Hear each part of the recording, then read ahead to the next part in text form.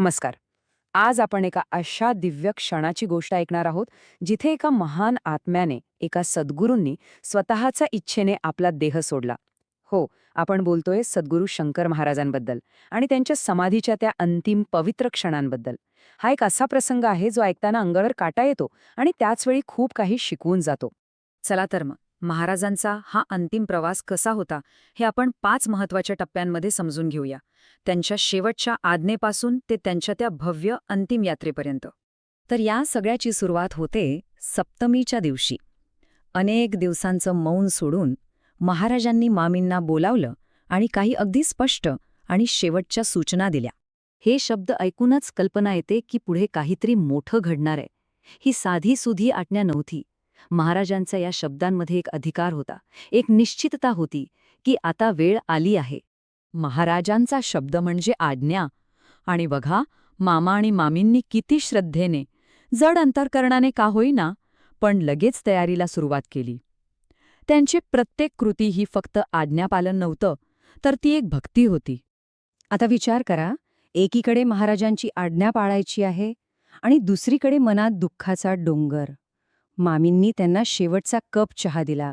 त्यांना स्नान घालताना तर असं म्हणतात की त्यांच्या डोळ्यातलं पाणी त्या पवित्र पाण्यामध्ये मिसळून गेलं होतं.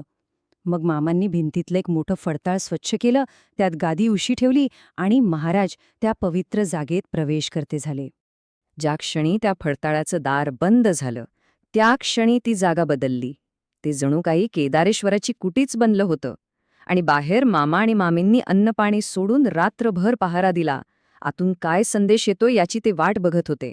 रात्र सरत होती आणि मग पहाटेच्या शांत वेळी तो क्षण आलाच, ज्याची ते वाट बघत होते, पण तो घडू नये असंही त्यांना वाटत होतं.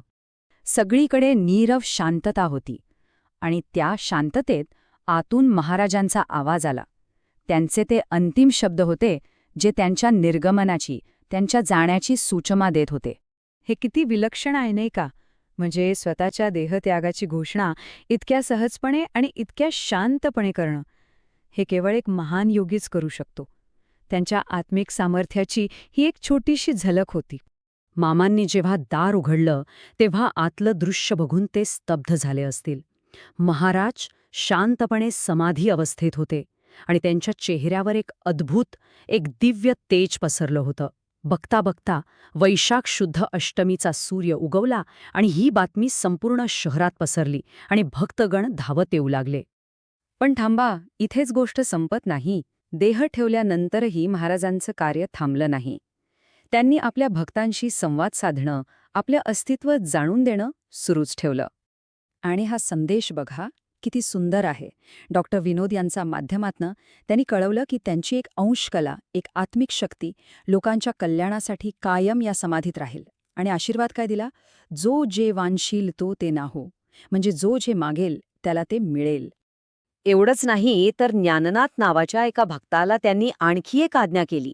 6 वेगवेगळ्या पवित्र ठिकाणाहून निर्माल्य आणायला सांगितलं. यावरून दिसतं की त्यांच्या अंतिम विधीची सगळी योजना त्यांनी स्वतःच अगदी सूक्ष्म पातळीवर ठरवली होती. हे सगळं पवित्र निर्माल्य जमा झाल्यावर महाराजांची अंतिम यात्रा, त्यांची महायात्रा सुरू झाली. हा एक प्रकारे संपूर्ण शहराने, त्यांच्या हजारो भक्तांनी त्यांना दिलेला अखेरचा निरोप होता. आणि विशेष म्हणजे हा मार्गसुद्धा स्वतः महाराजांनीच ठरवून दिला होता. हजारो लोक होते, हातात भगवे झेंडे आणि मुखात फक्त एकच जयघोष, शंकर महाराज की जय. कल्पना करा त्या वातावरणाची. भक्ती आणि विरहाचं दुःख एकत्र दाटून आलं होतं. अखेर संध्याकाळी 5च्या सुमारास, सूर्यास्ताच्या वेळी, महाराजांच्या पार्थिव देहाला समाधी दिली गेली. तो क्षण तिथे असलेल्या प्रत्येकासाठी खूपच भावूक होता, हृदय पिळवटून टाकणारा होता. ते दुःख इतकं मोठं होतं की ते सहन करणं शक्य नव्हतं. आणि त्या दुःखावर मात करण्यासाठी आणि आपल्या लाडक्या गुरूंना मानाचा मुजरा करण्यासाठी सगळ्या भक्तांनी एकच गगनभेदी जयघोष केला. अनंत कोटी ब्रह्मांड नायक सद्गुरू शंकर महाराज की जय. महाराजांची ही कथा खरंच खूप प्रेरणादायी आहे. अशाच अनेक गोष्टी आणि माहितीपूर्ण कथा ऐकण्यासाठी आपल्या या चॅनलला सबस्क्राईब करायला विसरू नका. लेटेस्ट अपडेट्ससाठी आपलं व्हॉट्सॲप चॅनल हे जॉईन करा आणि हो, मुलांमध्ये चांगले संस्कार रुजवण्यासाठी आमचं जे दुसरं चॅनल आहे स्मार्ट आई बालसंस्कार, त्यालाही नक्की भेट द्या. धन्यवाद.